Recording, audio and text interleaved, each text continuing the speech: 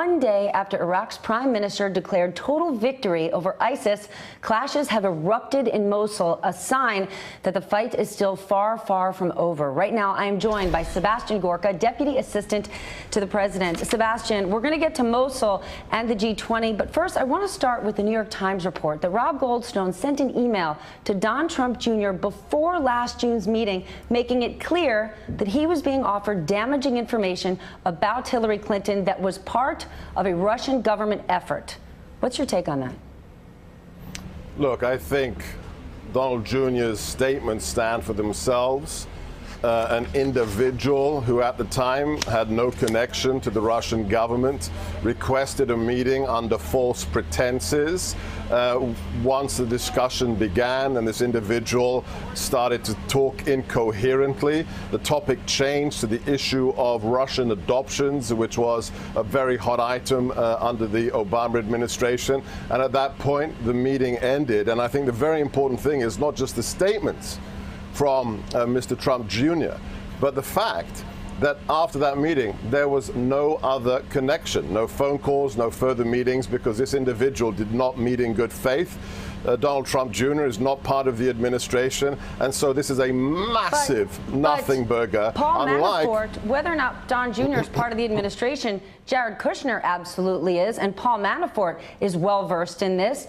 Earlier this morning, exclusively, NBC spoke to that Russian lawyer who said Donald Trump Jr. wanted this information, damaging information on Hillary Clinton, very badly. Is she lying? I have no idea. I've never met the woman, but I do know for a fact that Democratic Party operatives went to the Ukrainian embassy to coordinate oppositional research and attacks against our campaign. So that's a story. That's not somebody meeting under false pretenses to talk about another issue. That is Democratic operatives meeting with representatives of another government, not people who say they're from another country, people from another government. Hillary Clinton didn't win the election. Many of her overseas ties are reasons why people crimes aren't committed. Okay, I mean, all right, then, this is what I find fascinating. All right, so, sir, if you want to make the argument that crimes were committed by Democrats, then if Donald Trump Jr. accepted a meeting like this and wanted this type of information from with ties to a foreign government, would that also not be a crime?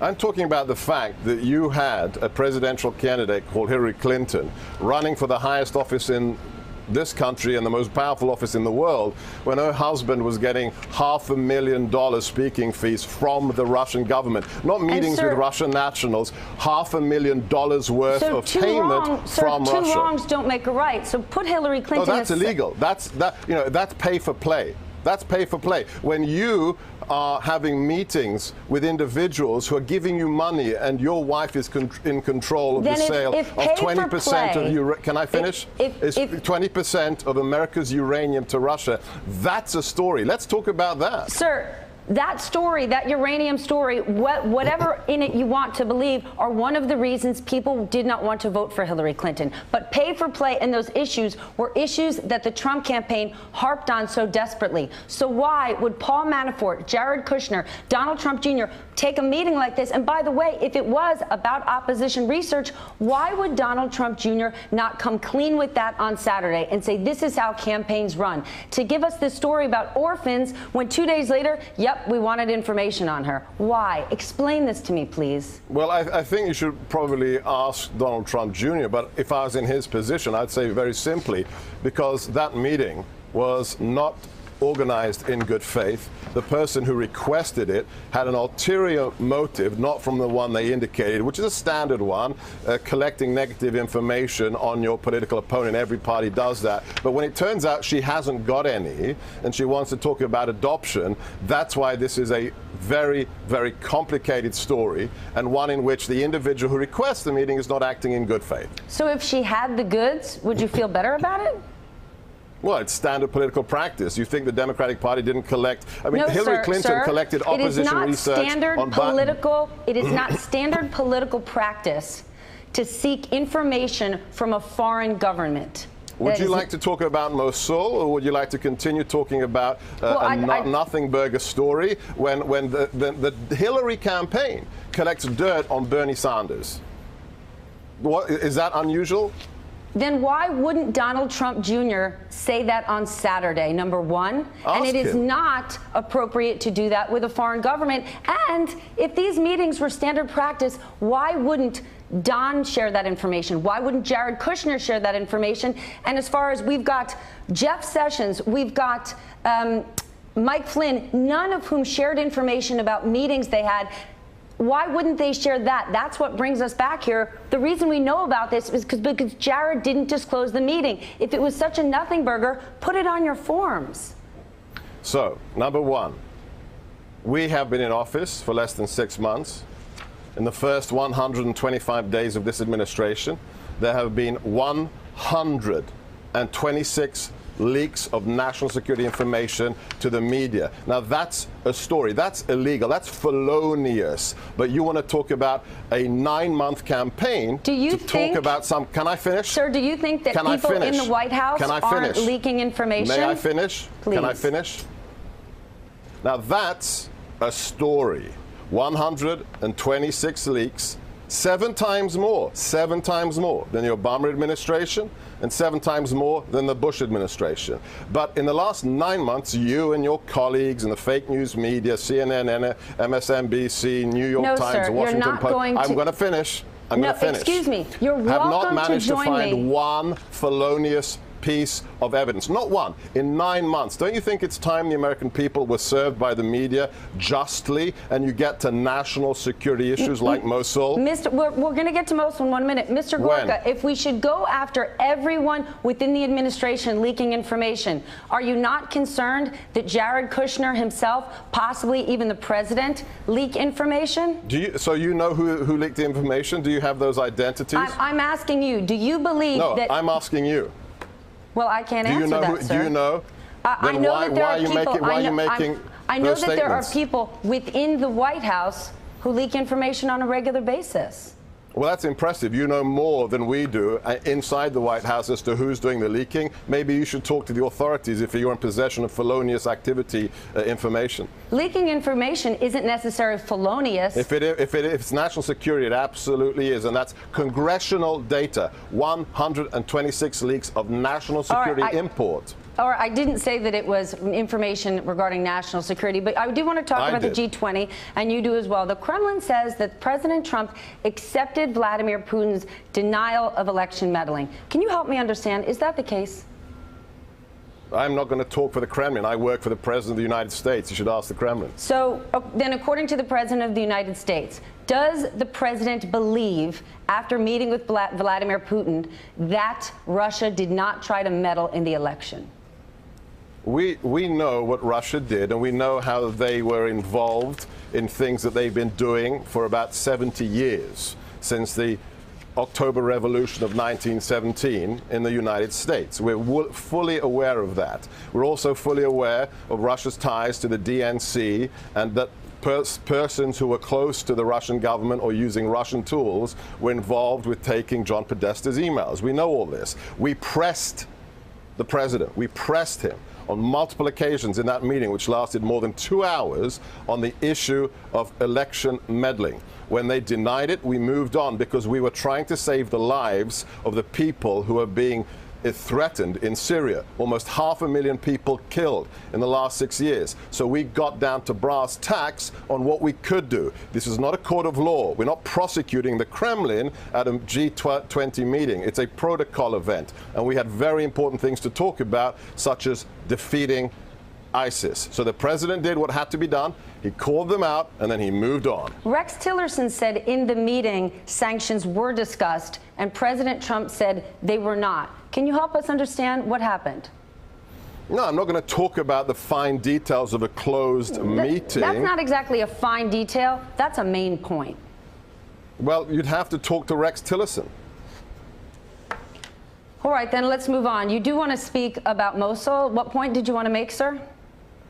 Well, I think the fact that we had the Prime Minister of Iraq declare the liberation of Mosul yesterday, that's a real news. That's massive. Remember that it was in June of 2014 that ISIS declared the new so-called caliphate from Mosul. This is the center of gravity of the jihadi movement. And thanks to our Iraqi partners, thanks to U.S. forces that are assisting them, we've managed to crush the home of the caliphate. That's real news, and that's good for all Americans. It's for our partners, for our Muslim partners in the region. It's not the end of the story, it's the beginning, but it shows you what can be done in just 24 weeks. We went from an Obama policy of attrition to one of annihilation under Secretary Mattis. And in 24 hours, we're seeing fights break out again. Given how fragile the government is in Iraq, what needs to be done to prevent Mosul from not attracting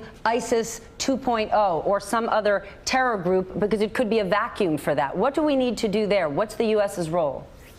Yeah, so there are going to be continuing mop-up operations, just as you had for days and days in Berlin after the end of the war. So that's nothing new. You liberate a city, and then you have tactical mopping up operations. What has to happen, a great question, is at the end of the day, it's not just about kinetics. It's not just about body bags and killing terrorists. It's about a political resolution, which means the constituent elements of Iraq have to come to the decision that they will work together. As our founding fathers said, you must stick together or hang together. And I think it's a pretty easy argument to make that the future of you, your children, your grandchildren will not be served by further sectarian violence in Iraq, but by having Iraq function. And thanks to the post-Maliki regime, and thanks to the military victory yesterday, we now have some hope in Iraq.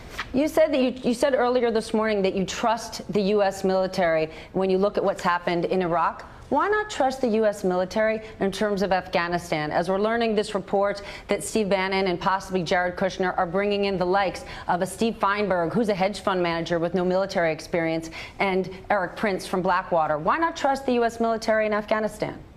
Oh, we utterly do. We utterly do. We trust them so much that we allow the local commander to, on his own authority, decide to drop a 21,000-pound bomb on a terrorist target in Afghanistan. That's how much this president trusts the military, unlike his predecessor. When we look for alternatives to the disasters of the last 8 years, where we denied the reality of the war, when we had the White House in an unclassified memo say there is no ideological component to this war. You are forbidden from mentioning the word jihad when doing training for our military. That's when you don't trust the military under the Obama regime. Now we have divested. Didn't bring in Steve Feinberg or Eric Prince. So is the story wrong today? Are they not being brought in?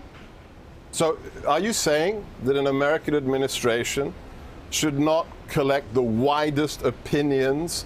I'm asking a question. I'm not making a statement. I'm asking a question. No, I'm asking you. Do you have a problem with us talking to professionals in this area who've been there, seen it, done it? Because you know what happened in the last 8 years? Hold on a second. Steve Feinberg is not a military professional who spent time in Afghanistan. We had 8 years of listening to wonks, okay?